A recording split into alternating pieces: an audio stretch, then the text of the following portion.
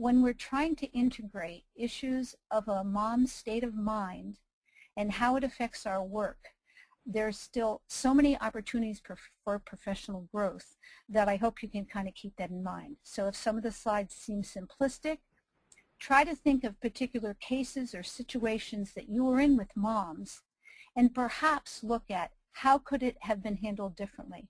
Perhaps there may have been something that you would notice differently.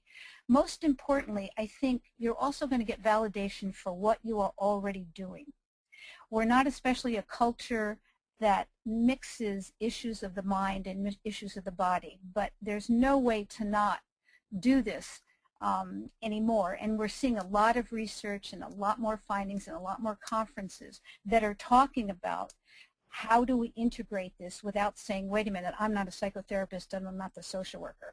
But how do we look at our work a bit broader or understand why someone is compliant or non-compliant, to know that there are many more factors, and try to develop additional plans and tools for expanding our work. Okay?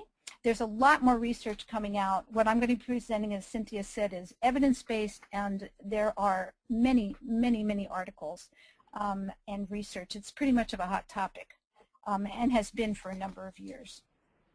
Okay, let's move on. So what I'm going to try to do today is to give you an overview, and what I'd like you to walk away with after this lunch hour is an overview of PMAD. It's kind of a disrespectful term, some people have said, but it really encompasses the perinatal period as opposed to just the postpartum period. And it also talks about anxiety and not just depression, because anxiety is being found to be a very confounding issue. So PMAD is usually what we're starting to move toward. Unfortunately, it sort of spells out the stigma that is the issue of a problem with any issue of mental illness or mental health when we say MAD. But that's the best we can do right now. I'd also like to have you have an expanded understanding of how perinatal movement and anxiety disorders and other barriers reduce a woman's ability to fully participate in her diabetes care and how you're trying to work with her. I'm sure right now that's not lost on you, but let's see if we can have a chance to do it a bit more, perhaps. Let me see. Okay. And then at the end, we're going to talk about some really practical issues of what you can do or what you're already doing. I would really like you to get more of a sense of the competency that you're already using when you intervene therapeutically in things you say with mothers. And then we'll talk about some websites and some other things you can use, and hopefully there can be some exchange. I know that the CDAPP professionals are going to be assisting you, and I hope you will go away with something that you can actively use in your practice right away. So here we are. Let's just define PMAD. And if we use the word suffering, see if that is more distressing to you or less distressing, because part of this work, there's no way we cannot look at our own response to this, and no one is untouched by this across cultures and across the globe. So we cannot just say, oh, that person is diabetic. When we talk about excuse me, issues of depression and anxiety, all of us to some degree have experienced it or know people who do. So the P is perinatal depression, and we're looking at maternal depression. And there is no way to separate that out from the mom's connection to either the fetus or the mom's connection with the infant. And that is well and solidly explained in the literature of the past 20 or 30 years. When we talk about M, we're going to be talking about mood, and we're going to be talking about depression and unipolar depression and bipolar depression. We're not going to be talking about that a lot. That's the situation for the mental health professionals, but that is their definition of it. And there is and bipolar is a much more serious diagnosis. A is anxiety, and that includes generalized anxiety disorder, panic disorder, obsessive compulsive disorder, post-traumatic stress disorder.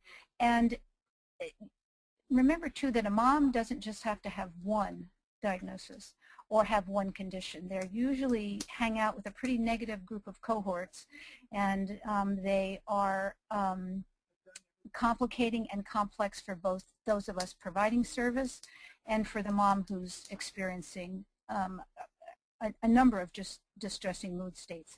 And D is for disorders, okay? Remember, too, that all of this, and it's not going to be part of this discussion, everything is held in a cultural context. The cultural context of the culture from which the mom comes, our own culture, and I'm talking about culture, the culture of Western medicine, the culture of your clinic in terms of how this is handled. That's a whole nother discussion, but do remember that every culture also is not exempt. It's an anxiety and depression are equal opportunity negative states of mind. Cultures may not call it depression, that's our word that we use, but all women across the globe experience significant suffering during this time of their life. And we also know that PMAD, that these states of perinatal depression and suffering for moms have significant impact on the neurobiological development of the infant and her relationship with the infant and the structure, the developing structure of the baby's brain and the impact of the overall child's development and social, emotional, and academic performance. That's not a part of our discussion too, but that's really why we're starting to pay attention. And there's an old sort of sweet aphorism that says, anecdote that says that if mama ain't happy, ain't nobody happy. And that's sort of what it simplistically boils down to. And that's also why we're asking all of us to step up to the plate and try to understand this a bit more so that in our work we can intervene better or at least get mom on a better track. So let's just briefly look at the myths of motherhood. And you know, we've all heard them, but I would really like you to reflect on how these particular myths still operate either within your clinic, perhaps within yourself, or within colleagues that you know. Certainly, popular culture tells us that goes in with an assumption that all pregnancies are wanted and they all result in happy babies and healthy babies.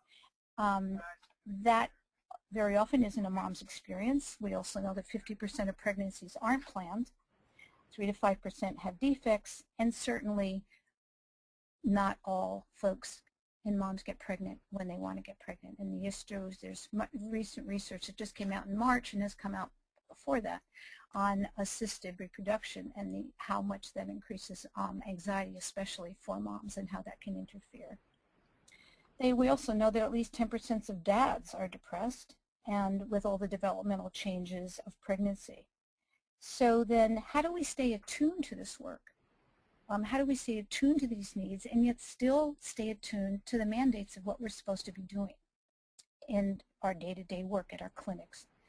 We also have the idea that pregnancy is fulfilling for a woman, and that may or may not be so, and that motherhood is instinctual.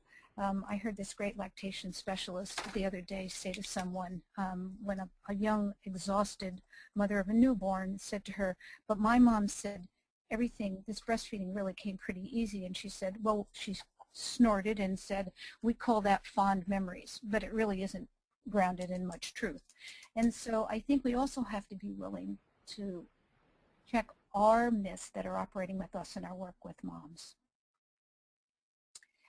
A lot of the professional organizations are on board with the idea of depression, at least. Sometimes it's called postpartum depression.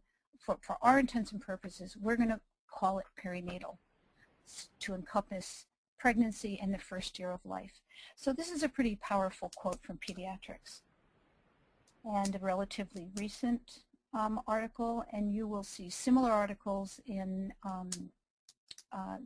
statements from ACOG, for example, from the American Academy of Pediatrics, nurse practitioners, associations, etc. So there really is, although there may be some disagreement about what screening tools and things to use, this is getting a lot of attention on many professional levels. And I may be missing some of you, those of you who are dietitians, I may not have that information, but you may be seeing changes with your professional organizations too. Screening is definitely recommended. So I want to mention this, and I hope some of you are familiar with this. It's called a life course model.